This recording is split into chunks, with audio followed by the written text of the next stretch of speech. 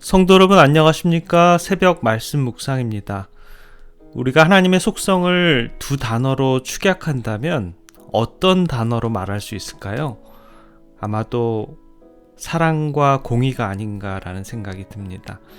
하나님께서 당신의 백성들을 취급하는 모든 일에 있어서 그분의 사랑과 자비가 섞여 있을 뿐 아니라 당신의 엄격하고 공평한 공의에 뚜렷한 증거들이 성경에는 너무도 많이 있죠.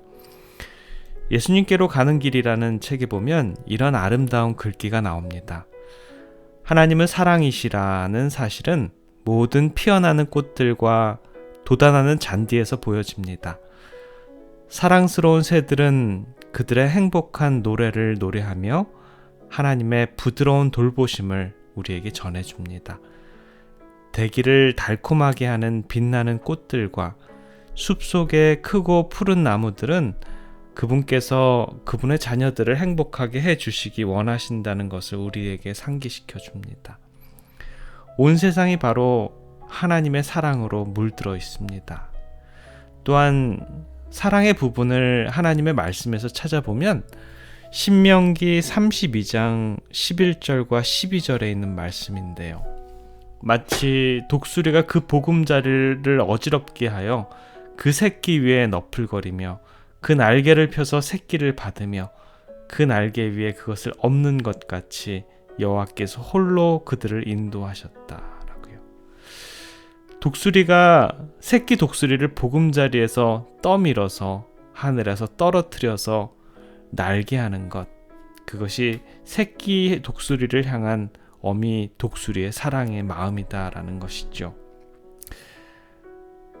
신명기의 말씀은 하나님의 사랑이 어떠한 사랑인지를 보여줍니다. 그냥 우리들이 행복하기만을 바라는 그러한 사랑이 아니라 우리가 인생의 굴곡을 넘으면서 정말 성숙하는 그런 사랑을 우리 하나님께서 원하시는 것이죠. 공의적인 부분을 생각해 보면 어떻습니까? 그러나 그분의 백성들이 범한 죄에 대해서는 얼마나 신속하고 엄중한 형벌이 임했습니까? 이스라엘 백성들의 삶을 보면 알 수 있는데요. 이스라엘의 백성들과 하나님의 역사를 보면 공의와 사랑, 사랑과 공의의 반복적인 역사를 통해서 하나님을 알 수 있고 그분의 하나님의 백성들의 은혜와 사랑과 자비를 느낄 수 있었습니다. 비록 하나님께서는 은혜를 베푸시고 악과 과실과 죄를 용서하시기를 기뻐하시지만 형벌받은 자는 결코 면죄하지 아니하시는 분이 바로 하나님이십니다. 이스라엘 백성들의 죄로 인해 하나님의 진노가 임했을 때, 그들의 죄가 하나님의 공의로운 형벌을 받아야 할 때 얼마나 자주 모세가 하나님께 간절히 기도함으로 하나님께 간구했습니까? 하나님께서 당신의 백성들에게 축복을 내려주시겠다라고 말씀하셨지만 그것을 감사하지 않을 때에는 그들에게서 그 축복을 거두어 가시겠다라는 말씀들도 많이 있죠. 그 축복을 거두어 가셔서 하나님께서는 무엇을 하셨을까요? 하나님의 마음이 그 백성들이 축복 안 받고 힘들어하는 것을 좋아하셨을까요? 아닙니다. 하나님께서는 그분의 백성들이 이 땅에서 행복하고 복을 누리길 원하시는 분이십니다. 그러나 그들이 교만하고 방종하고 하나님을 업신여기고 하나님의 등을 돌리고 떠나버렸을 때 하나님께서는 그들에게 공의로 죄에 대한 벌로 말미암아 그들 자신들의 죄를 깨닫고 진심으로 하나님께 다시 돌아오시기를 원하시는 분이 바로 그분의 마음인 것이죠. 신명기 32장 49절과 50절입니다. 너는 여리고 맞은편 모압 땅에 있는 아바림 산에 올라 느보산에 이르러 내가 이스라엘 자손에게 기업으로 주는 가나안 땅을 바라보라. 내 형 아론이 호르산에서 죽어 그 조상에게로 돌아간 것 같이 너도 올라가는 이 산에서 죽어 내 조상에게로 돌아가리니 드디어 모세에게도 올 것이 온 것입니다. 모세에게 있어서 가장 쓰라린 시련이라면 그가 보호하고 사랑하던 백성, 그의 관심과 생명이 그처럼 오랫동안 연합되었던 그 백성에게서 떠나는 일이었지요. 모세가 가나안 땅을 밟지 못하는 것도 하나님의 공이고요. 그렇지만 모세가 느보산에서 한없이 가나안 땅을 바라볼 수 있었던 것도 하나님의 사랑이지요. 하나님의 사랑으로 따진다면 모세를 이 땅의 가나안은 들어가지 못했지만 저 하늘 가나안으로 넉넉히 들어가게 하실 수 있게 하신 분이 바로 하나님의 은혜와 사랑입니다. 그러한 하나님의 공의와 사랑을 모세는 알았기에 모세는 의심 없이 믿음으로 자기 자신과 그의 백성을 하나님의 사랑과 자비에 의탁하게 됩니다. 이것이 바로 모세가 하나님을 온전히 신뢰하는 것입니다.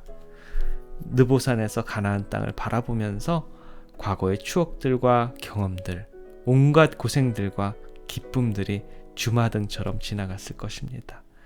이드로의 양떼를 먹였던 일, 불타는 가시덤불에서 하나님의 사자를 만났던 일, 출애굽의 경험 하나하나, 하나님께서 베푸신 큰 이적들과 이스라엘 백성들을 인도해내신 그분의 사랑을 어떻게 다 나열할 수 있었을까요? 그러나 그의 죄로 말미암아서 그는 가나안 땅에 들어가지 못함도 하나님의 공의인 것이고요.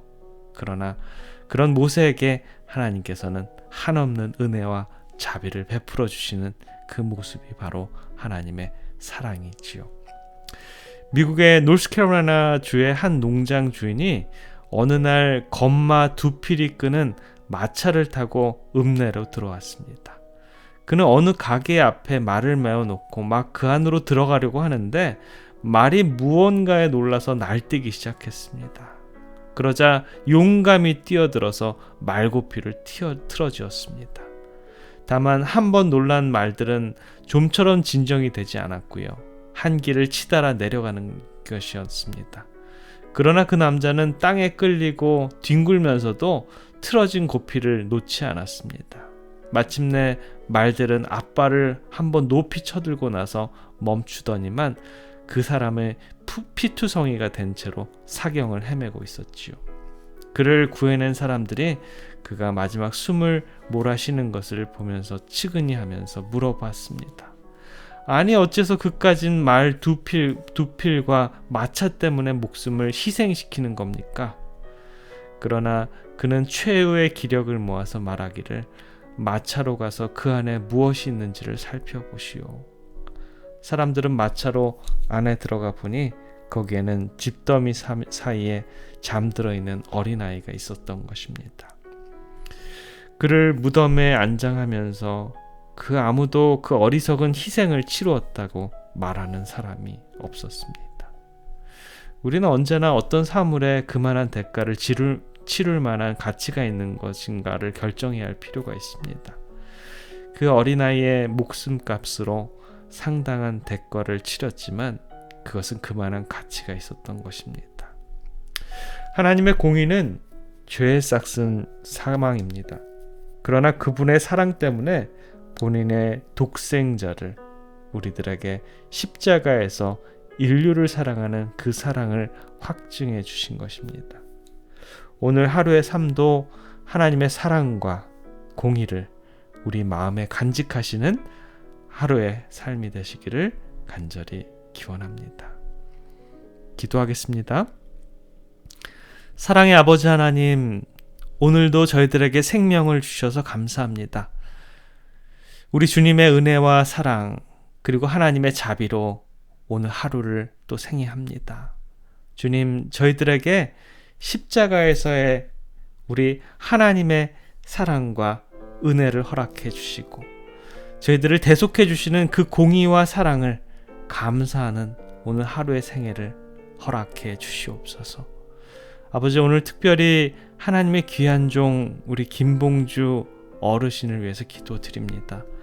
하나님의 자비와 보호하심으로 지금까지 강건하게 생애하게 해주셔서 참 감사합니다.